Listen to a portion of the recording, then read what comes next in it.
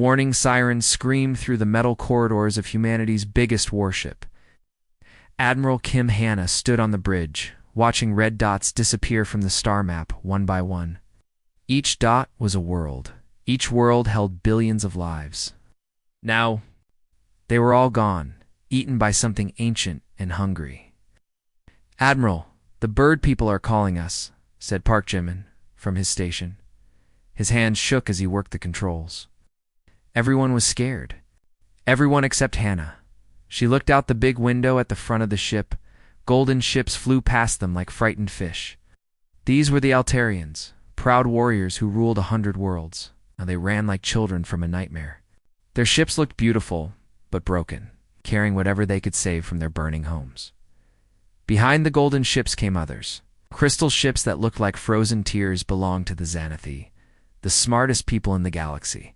They built machines that could think and cities that floated in space. But even they could not fight the Devourers. Even they had to run. Last came the red warships of the Krekstar. These people lived for battle. They never backed down, never said sorry, never ran from anyone. But today they ran. If the Krekstar were running, then the galaxy was truly lost. Captain Lee Minho walked up to Hannah. His face was white with fear. "Admiral, the big bosses sent orders. Every living thing in the galaxy has to leave. We have 6 hours to pack up and go to the far galaxy. If we stay, we die." The bridge got quiet. Outside the window, more and more ships flew by. Millions of them, maybe billions. Every smart race in the galaxy was running to a new home far away. They would leave behind everything they built, everything they loved, everything that made them who they were. The Devourers were coming. Ancient things made of living crystal that ate worlds like apples. They slept for 1,000,000 years, then woke up hungry. Nothing could stop them. The greatest armies fell. The strongest walls broke. The smartest minds could not find their weakness. "Get me the evacuation boss on the radio," Hannah said. The air above them shimmered, and a strange creature appeared. It had 6 arms and many eyes that blinked fast with worry. "Admiral Kim, you must hurry. The Crystal Eaters will be at your sun in just days. Your people must leave now, or they will all die." Hannah stood up straight. Her voice was calm and strong. "No, Earth will not run." All the eyes of the alien got big with shock. "You cannot mean this." "The crystal things destroyed the Vorthan Empire. They ate the celestial kingdoms. Those people had weapons and knowledge far beyond yours. If they could not win, how can you?" "Maybe we cannot win," Hannah said. "But we will not run. This is madness." The alien said, "Your people will die for nothing." "Our people will die fighting," Hannah replied. "That is not nothing." The alien stared at her for a long moment. Then the image faded away, leaving the humans alone on their bridge. Minho looked at his admiral. "Sir, are you sure about this? We could still catch up with the evacuation fleets. We could save our people." Hannah walked to the big window and watched. The last alien ships jumped to hyperspace. Soon, there would be nothing left in this part of the galaxy except Earth and the coming darkness. "Tell me, Minho," she said softly. "What makes us human?" "I do not understand, sir. Every other race in the galaxy looked at this problem the same way. They saw the Devourers were stronger, so they ran. They saw the enemy could not be beaten, so they gave up. They chose to live as refugees rather than die as free people." She turned back to face her crew. Young men and women who had joined the Space Navy to protect Earth. Now they might die for it instead. "But humans are different," Hannah continued. "We do not run just because the enemy is stronger. We do not give up just because winning looks impossible. Sometimes we stay and fight even when we know we will lose. Not because we are stupid, but because some things matter more than staying alive." The bridge crew looked at each other. Were scared, but something else was growing in their eyes. Something the aliens had lost long ago. "Send a message to all Earth forces," Hannah ordered. "Tell them the evacuation order has been received and rejected. Tell them Earth stands. Tell them if the crystal things want our world, they will have. To take it from our cold, dead hands." Jimin's voice was stronger now as he worked his controls. "Yes, sir. broadcasting now. Outside, the last evacuation ship vanished into the stars. Earth was alone now, a small blue world waiting in the dark for ancient evil to arrive. But on the bridge of the Resolve, Admiral Kim Hanna smiled. Let the galaxy run. Let them hide. In far places and whisper about the brave fools who stayed behind, humanity would show the universe what it meant to choose. Death with honor over life with shame, the devourers were coming. But they would find Earth ready for them. Captain Cho Hain guided his small ship through a graveyard of metal and dreams. The Kepler colony used to be home to 50,000 people. Now it was nothing but floating junk, and strange crystal shapes that glowed with sick light. His ship, the Defiant, moved carefully between the broken pieces of what used to be buildings and homes. "Captain, those crystal things are putting out weird energy," said Yang Sujin, from her science station. She was young but smart, one of the best minds Earth had. "They are not just breaking things apart, they are taking something from them." Hyun looked at the readings on his screen. The crystals were everywhere, growing like cancer through the dead colony. But they were not just sitting there. They were doing something, feeding on something. Lieutenant Commander Nam Woo-bin was studying the battle records from the colony's last fight. His face got more and more worried as he read. "Captain, look at this. The people here tried to fight back. They set up good defenses, used smart tactics. But the crystal things changed every time." "What do you mean?" Heian asked. "Every time the colonists tried something new, the devourers got better at fighting it. But not like they were learning from. Watching like they were eating the knowledge right out of people's heads." Sujin's hands moved fast over her controls as she scanned the crystal formations. Her readings were getting stranger and stranger. "Captain, I think I know what they are eating. It is not just the people's bodies or their machines. They are eating their feelings?" "Their feelings?" Woo-bin looked confused. "Fear," Sujin said, her voice getting quiet and scared. "Terror. The feeling of knowing you are going to die, and there's nothing you can do about it. Every time someone died here feeling hopeless, the crystals got stronger." Hyun felt cold. Inside, as he understood, the devourers were not just monsters that ate planets. They were something much worse. They fed on the one thing that every smart race in the galaxy had in common: the fear of dying. "That is why they always win," Woo-bin said quietly. "They do not just kill you. They make you so scared that you kill yourself. Every time someone runs away or gives up, they get what they want." The captain looked around at the dead Colony 1. More time. All these people had died afraid, had fought bravely, but in the end, they knew they were going to lose. And that fear, that hopelessness, had made their killers stronger. "Get me a line to Earth Command," Hyun ordered. Back on Earth, deep under the city of Seoul, Admiral Kim Hanna sat in a room full of screens and maps. The underground command center was built to survive anything: bombs, earthquakes, even the end of the world. Now it might have two. When Hein's report came in, Hanna listened carefully. Around the room, other officers and generals watched her face.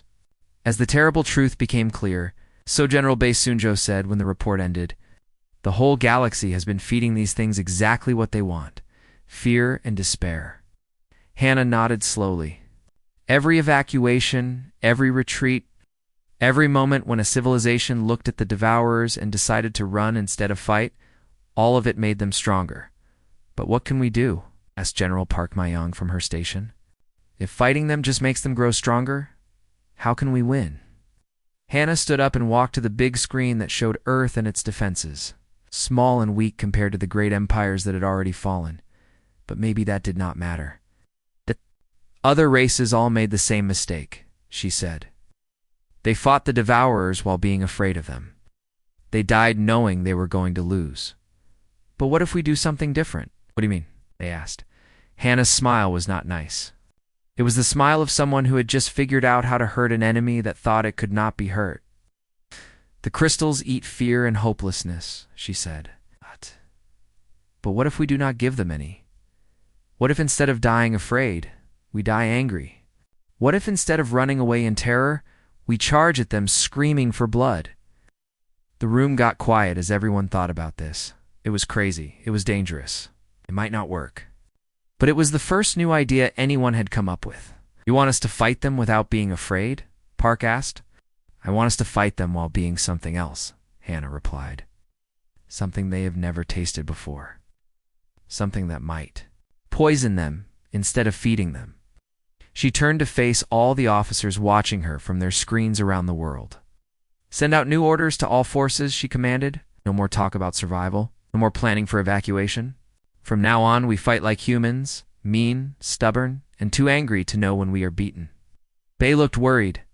"Admiral, this is gambling with the entire human race. The entire human race is already doomed if we do nothing new," Hannah shot back. "At least this way, we go down swinging. And maybe, just maybe, we give these crystal parasites the worst case of indigestion they have ever had." The orders went out across Earth's defenses. No retreat, no surrender, no fear. Just pure human stubbornness, about to meet an ancient evil that had never encountered anything like it. The crystal monsters came to Earth's solar system like a swarm of evil stars. Each one was as big as a warship, their bodies made of living crystal that caught the sunlight and threw it back in patterns that made people think of death. They had destroyed 1,000 worlds. They expected this one to be easy. The Devourers were ready to taste human fear. They were ready to feed on terror and hopelessness like they always did. Instead, they got a surprise. 1,000 hidden bombs exploded all at once in the empty space between planets. The nuclear fire spelled out letters that could be seen across the solar system. One simple word: welcome. It was humanity's way of saying hello. And it was not a nice hello. On Mars, Colonel Kong Minho stood in the command center of humanity's first line of defense. The red planet had been turned into a giant fortress, covered with gun batteries and missile launchers. Now the crystal monsters were coming, and Minho was ready for them. "All weapons start firing," he ordered into his radio. "Make these things work for every inch they take." The battle for Mars was terrible. For 3 days and nights, humans fought crystal monsters in the domed cities and underground tunnels. The red dirt of Mars got darker as human blood mixed with the iron dust. The crystal things broke through wall after wall, but the humans never stopped fighting. In New Sol, the biggest city on Mars, crystal monsters poured through the broken streets like a flood of living diamonds. Minho's soldiers fought them with everything they had: guns, explosives, even their bare hands when nothing else was left. In his final radio message, as crystal monsters surrounded his command post, Minho's voice was calm and angry. "They wanted our fear. Give them our fury instead." Then his building exploded, taking a dozen crystal monsters with it. The moon was next. Commander OG-1 watched from Luna Base as crystal formations cracked through the surface like weeds growing through concrete. But she had a plan that the crystal things would not like. "This is Luna Base to everyone listening," she said into her radio as the walls cracked around her. "I am about to show these crystal things what happens when you corner a human engineer who knows how nuclear reactors work." She sealed herself in the reactor room and began pushing buttons that were never meant to be pushed. The fusion reactor that powered the base began to overheat. Warning lights flashed red. Computer voices warned of danger. But OG-1 just smiled and kept working. The explosion destroyed half the moon and 17 crystal monsters with it. For the first time in a million years, the crystal swarm stopped moving. They had never seen anything like this before, but the humans were just getting started. Earth's defenses were built with one simple idea: everything could be used as a weapon. Space stations did not run away when they were damaged, they flew straight into the enemy. Ships did not retreat when their guns stopped working, they turned themselves into giant bullets. "Captain?" Kuhn pushed his ship Defiant harder than it was built to go. His engines glowed red-hot as he aimed straight at the biggest crystal monster he could find. His crew was passed out from the crushing force, but Haon stayed awake through pure anger. "This is for everyone who ran away," he whispered to himself. Then his ship hit the crystal monster at a speed that turned both of them into a ball of fire.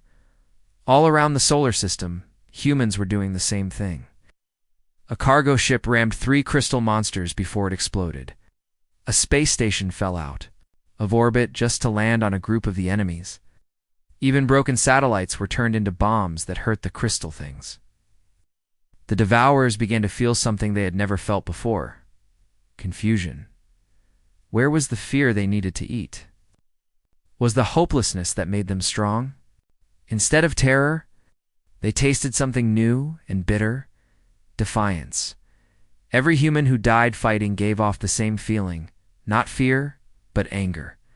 Not despair, but stubborn refusal to give up.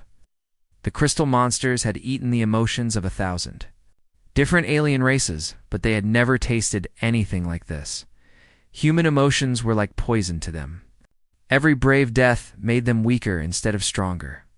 Every act of defiance hurt them in ways they did not understand. On Earth, Admiral Kim Hanna watched the battle reports come in. Mars was gone. The moon was mostly gone.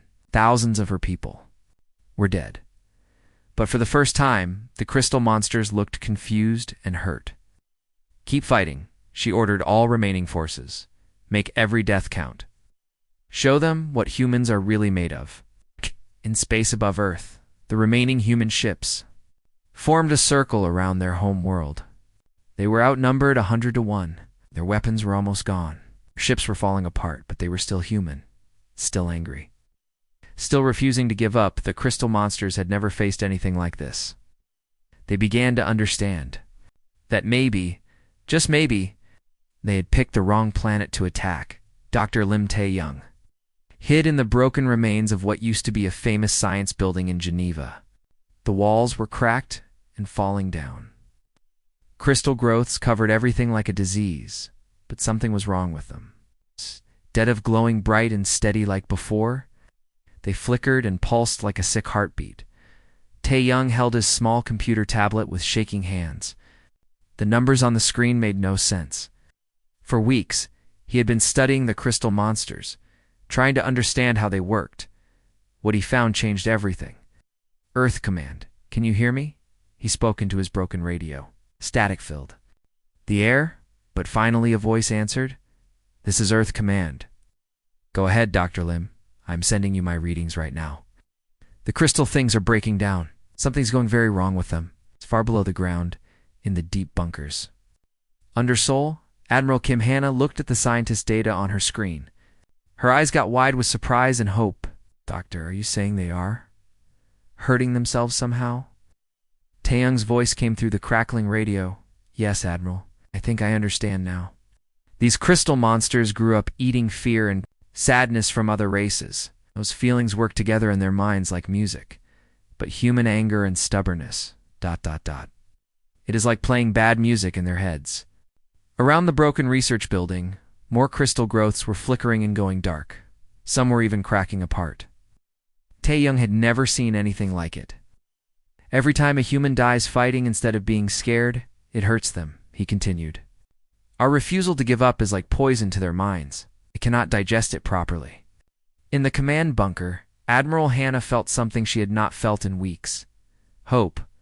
Are you certain about this, Doctor?" "Look at the data," Tae-young said. "Their energy patterns are getting more and more mixed up. They are starting to fight each other instead of working together.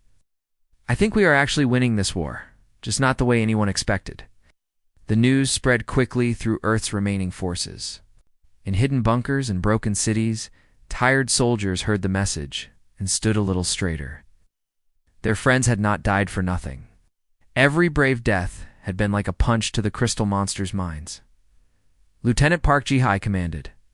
The last defense of Seoul from a subway tunnel deep underground.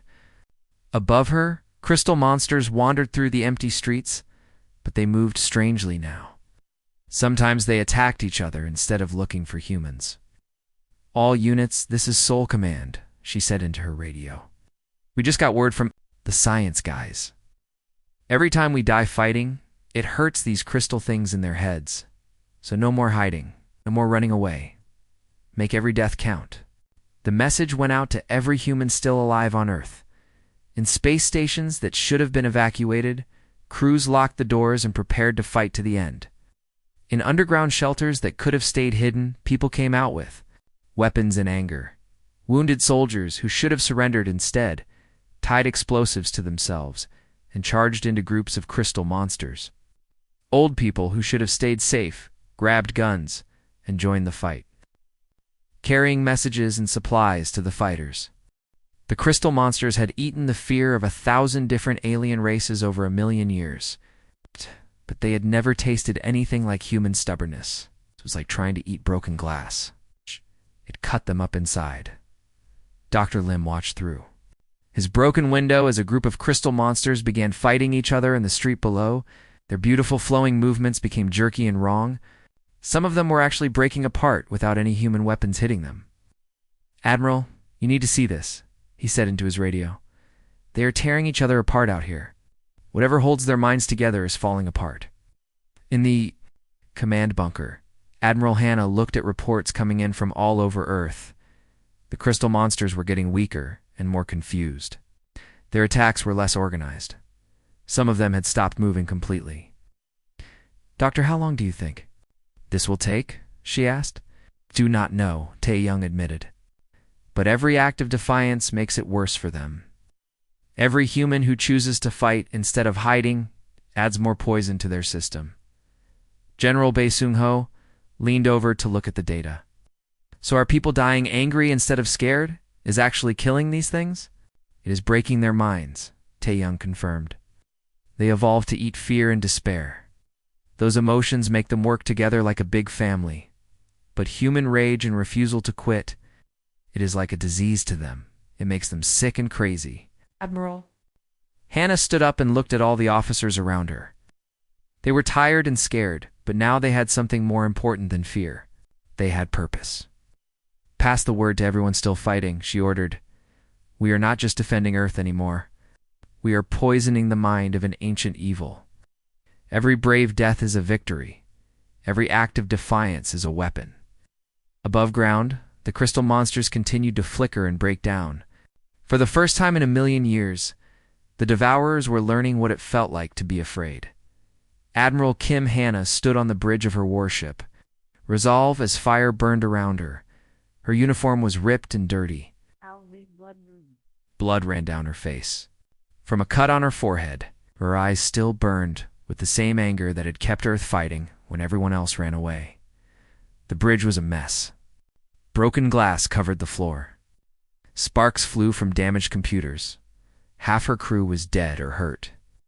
But the ship still worked, and that was all that mattered. Admiral Captain Lee Minho called out from his station. His arm was in a makeshift bandage, but he kept working. "The crystal things are trying to leave the solar system." Hannah laughed, but it was not a happy sound. It was the laugh of someone who had lost everything but refused to give up. "Leave? After they destroyed Mars? After they killed millions of our people? I do not think so." Outside the broken windows of the bridge, she could see the last of Earth's space fleet. Maybe 30 ships total, when they started with thousands. But these 30 ships were the meanest, toughest ones left. The ones crewed by humans who were too angry to die. The crystal monsters were trying to run away. For the first time in 1,000,000 years, the mighty Devourers were retreating from a fight. But Hannah would not let them go. If they escaped, they might tell other crystal swarms what they learned here.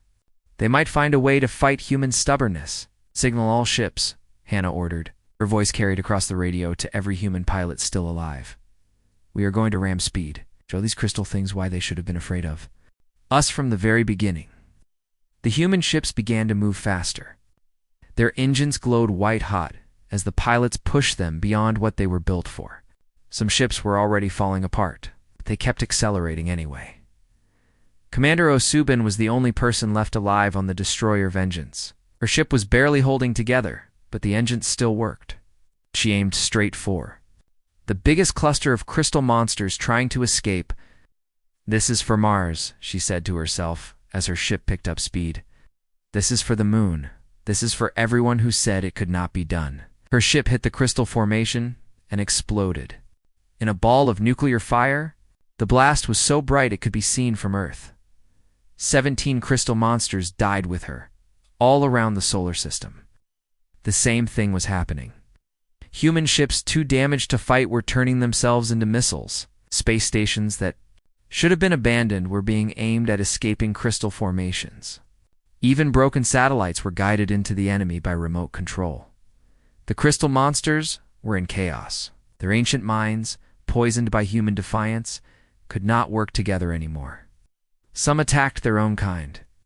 Others just floated in space, their crystal bodies flickering and going dark. A few tried to fight back, but their attacks were weak and confused. Captain Park Dongman flew his fighter directly into the mouth of a massive crystal creature. As his ship disappeared into the monster, he triggered every explosive he had. The crystal thing split apart like a broken window. Lieutenant Kim Yuna rammed her patrol boat into a group of smaller crystal formations.